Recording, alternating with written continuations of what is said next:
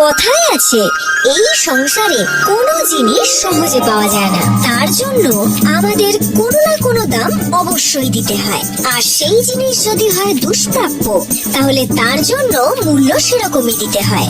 আজকে আমাদের গল্প সেরকমই একটি ঘটনা নিয়ে। মহাকালপুর গ্রামে এক দরিদ্র কুমোর থাকতো। তার কাছে পেট ভরে খাওয়ার মতো অর্থও থাকতো না। মা, বাবা, খিদে পেয়েছে। এই নে মনু। শোভা, তুমি খেয়েছো? হ্যাঁ, আমি খেয়ে নিয়েছি। মিথ্যে কথা বলো না। আর কোনো খাবার নেই তাই না? আমাকে তুমি ক্ষমা করে দাও শোভা। আমি তোমাদের দুবেলা পেট ভরে খাওয়াতেও পারি না। ক্ষমা করে দিও আমাকে। এরপর থেকে কুমোর প্রচুর পরিশ্রম করার পরেও তিনজনের পেট ভরে খাবার মতো উপার্জন করতে পারে না। প্রতিদিন তিনজনের মধ্যে থেকে কাউকে না কাউকে খালি পেটে ঘুমোতেই হতো। এইরকম অবস্থায় একদিন সন্ধ্যাবেলায় তার সাথে একটা ঘটনা ঘটে। তাদের সন্তান মনু দুপুরে ঘুমানোর পর আর উঠছিলই না। মা এসে জাগানোর চেষ্টা করাতে জানতে পারলো যে মনু মারা গেছে। নিজের একমাত্র সন্তান মারা যাওয়াতে সে খুব কষ্ট পায়। তাদের প্রিয় কুকুর মতিও এই দেখে খুব কষ্ট পাচ্ছিল। সন্তান মারা যাওয়ার কষ্ট পাওয়ার সাথে সাথে ওই কুমোরের আরো বেশি দুঃখ হচ্ছিল যে নিজের ছেলের শেষকৃত্যের জন্য তার কাছে টাকা নেই। সে তাকে নিয়ে গিয়ে চুপি চুপি সেই মাটিতেই পুঁতে দেয় যেখান থেকে তার মাটির বাসন বানানোর জন্য সে মাটি নিয়ে যেত।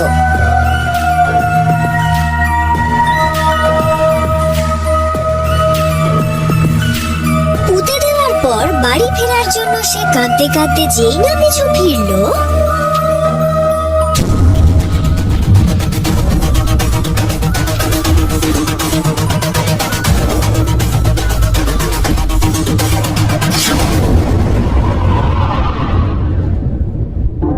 মুন্নু বাবা, মুন্নু, সোনা, আমার সোনা, আমার সোনা। আর যখন সে তাকে নিয়ে বাড়িতে ফিরল, তখন তার স্ত্রীও তাদের সন্তানকে দেখে খুব খুশি হল। আমার সোনা, আমার বাচ্চা। দ্বিতীয় দিন যখন কুমোরের ঘুম ভাঙলো, তখন সে দেখলো তাদের প্রিয় কুকুর উঠোনে মৃত পড়ে রয়েছে। তাদের প্রিয় কুকুর মারা যাওয়াতেও কুমোর আর তার স্ত্রী খুব কষ্ট পেল। এই আমাদের বাড়িতে কি হচ্ছে গো? কাল আমাদের ছেলের সাথে কি ঘটলো, আর আজ আমাদের মতির সাথে। শোভা, আমার ছেলে আর ও একে অন্যকে খুব ভালোবাসতো। হয়তো ও নিজের প্রাণ দিয়ে আমাদের ছেলেটাকে বাঁচিয়েছে। তাড়াতাড়ি নিয়ে যাও ওকে, নইলে মনু যদি উঠে পড়ে ও খুব কষ্ট পাবে। ওই জমিতে মুন্নুকে পুঁতে দিয়েছিলাম, তাতেই ও বেঁচে উঠেছে। হয়তো এও বেঁচে উঠবে। একেও ওখানে নিয়ে যাই।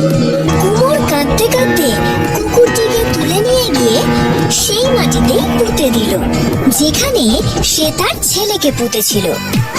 কিছুক্ষণ অপেক্ষা করার পর যখন দেখলো কিছুই হচ্ছে না আর বাড়ি যাওয়ার জন্য যেই না ঘুরলো, আবার সেই জমি কেঁপে উঠলো, যেন সেখান থেকে কিছু বেরোতে চাইছে। আর সেখান থেকে কুকুর জীবিত হয়ে উঠে এলো আর আসা মাত্রই সে কুমোরের কাছে গিয়ে কুই কুই করতে লাগলো। কুমোর খুব আদর করে তার মাথায় হাত বুলিয়ে দিল। এই ঘটনার পর বাড়িতে আবার সবাই খুব খুশি হলো। কিন্তু এই আনন্দ টিকলো মাত্র এক রাত। পরদিন যখন কুমোরের ঘুম ভাঙলো, তখন সে দেখলো তার স্ত্রী মারা গেছে। সে বুঝতে পারছিল না এমনটা কেন হচ্ছে। প্রথমে ছেলে, তারপর কুকুর, আর এখন তার স্ত্রী। সে গিয়ে এক জ্ঞানী সাধু বাবার সাথে দেখা করলো।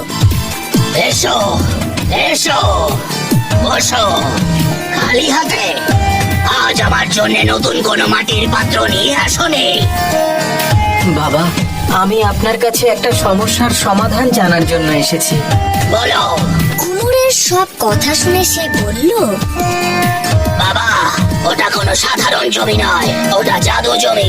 ওখানে মৃত কোনো কিছু পুঁতলে সেটা জীবিত হয়ে যায়। সেই জন্য ওখানকার মাটি তোমাকে খুঁড়ে মাটির পাত্র বানানোর জন্য আমার কথা অনুযায়ী জমিদার বাবু ওই জমিটা তোমাকে বিনামূল্যে দিয়ে দেয়, যাতে ওই জমিটা ধীরে ধীরে পুরোপুরি নষ্ট হয়ে যায়। কিন্তু বাবা, এ তো খুব ভালো কথা। মানুষের নিকট আত্মীয় যাকে সে খুব ভালোবাসে তাকে আবার বাঁচিয়ে তুলতে পারবে।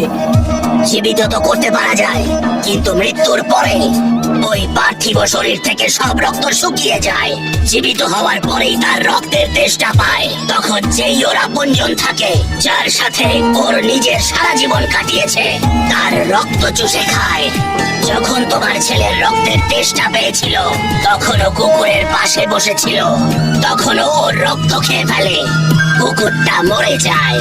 কুকুরটা যখন বেঁচে উঠলো, তারপর রাতে যখন ওর তেষ্টা পেল, তখন তোমার স্ত্রী ওই কুকুরটাকে কাঁদতে দেখে ওকে চুপ করাতে ওর কাছে গেল, আর ও তখন তোমার স্ত্রীর রক্ত খেয়ে নিল এবং বেঁচে উঠলো। এখন তোমার স্ত্রীও কারোর রক্তের জন্য অপেক্ষা করে রয়েছে। হতে পারে যে আবারও তোমার ছেলের মৃত্যুর কারণ সেই হয়। যদি পরের বারও এমনটাই হয়, তখন দ্বিতীয়বার তোমার ছেলেকে আর ফিরে পাবে না, কারণ ওই জাদু জমিটা একবারই জীবন দান করতে পারে। কি? এই শুনে কুমোর সেখান থেকে বাড়ির দিকে দৌড় দিল। কি হয়েছে মা? আমার খুব তেষ্টা পেয়েছে সোনা। জল নিয়ে আসবো মা? না সোনা, আমার রক্তের তেষ্টা পেয়েছে, আমি তো রক্ত পান করব। তাহলে নাও, খেয়ে নাও। এটা করো না শোভা, আমার তেষ্টা পেয়েছে। আমি এসে গেছি তো। না, আমার রক্ত খাও। কেন? তুমি একজন মা, আমি একজন বাবা। সন্তানের পিতা না থাকলে মা সেই সন্তানকে পালন করতে পারে। আমি না থাকলে কোনো ক্ষতি হবে না। তুমি আমার ছেলেকে দেখাশোনা ঠিকই করতে পারবে, কিন্তু যদি আমাদের সন্তানই না থাকে, তাহলে আমরা কাকে নিয়ে বাঁচব? তাই যাও শোনা, বাইরে মন্দির সঙ্গে গিয়ে খেলো। কিছুক্ষণের মধ্যেই মা আসছে। আর কিছুক্ষণ পরেই কুমোরও মারা গেল। যদি সেদিন কুমোর তার কুকুরকে বাঁচানোর লোভ না করত, তাহলে আজ তার পরিবারে সুখ শান্তি থাকতো। সেই জন্যই কথায় আছে, যদি তোমার সাথে কোনো অদ্ভুত ঘটনা ঘটে, তাহলে খুব ভেবে চিন্তে তার সুবিধে নেওয়া উচিত, নয়তো এই ঘটনার ফলে নিজের প্রাণও যেতে পারে।